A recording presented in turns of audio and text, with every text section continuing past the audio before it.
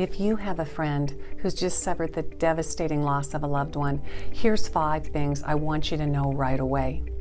Number 1, however they're behaving, whatever they're experiencing, it's normal. So please don't criticize them, judge them, analyze them, think they're not grieving or responding the way they should.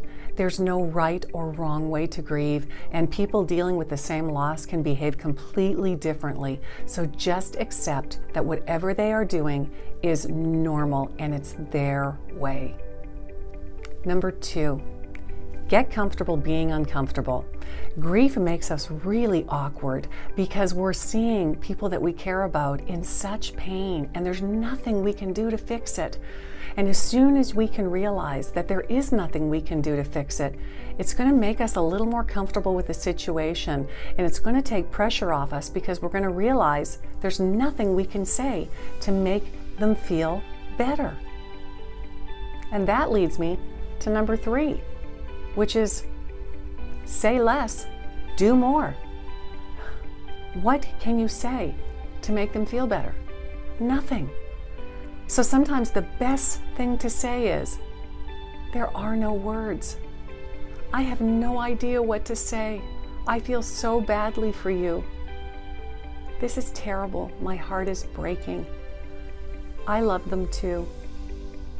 I am so sorry for your pain, and I care, and I want you to know I'm going to be there for you. And by the way, unless you're really going to be there, please don't say that, because we remember people who say that and then don't follow through. It's so much better if you don't say anything and just come through for us at one time. That's why it's important to say less and do more. And the do more part leads me in to number 4, which is find a practical need to fill. Please don't say, if you need anything, give me a call.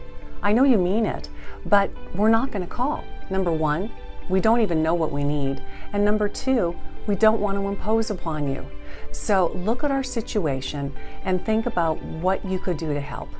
You can offer to help with childcare, do some chores, laundry, bring meals. You can simply say, you know, I've got 2 hours on Saturday and I'm coming over to your place. Have a list of things you'd like me to do. Or if you can't think of anything, then I'm just going to come over and clean the house, or I'd like to take you out to lunch, but I'm going to do something. That is your time. And usually they can come up with something. Number 5, please don't forget about us after the memorial service and the funeral are over. That's the toughest time for us because we've had attention up until then.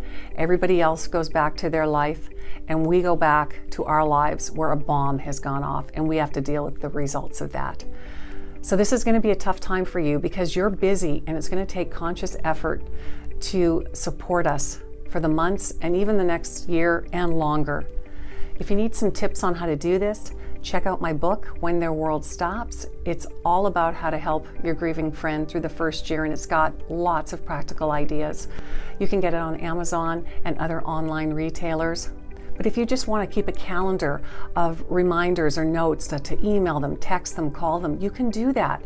I have a free downloadable PDF on my website that sets up little reminders and dates and special occasions that you might want to remember for them, so feel free to grab that. But this will take conscious effort, and this is so important. Thank you for caring about your grieving friend, because you wouldn't watch this video if you didn't care. One other thing I just want to leave you with. Your grieving friend is probably going to hurt a lot more than you might think they should. And I can assure you that they most likely are going to hurt a lot longer than you think they should. I want to encourage you to be gracious with us, be patient with us. And one good friend like you, sticking with us and continuing to reach out to us and remembering us, can make all the difference in the world. So thank you for caring. For more resources, check out my website. I'm Anne Marie Lockmeyer. Thank you so much for listening.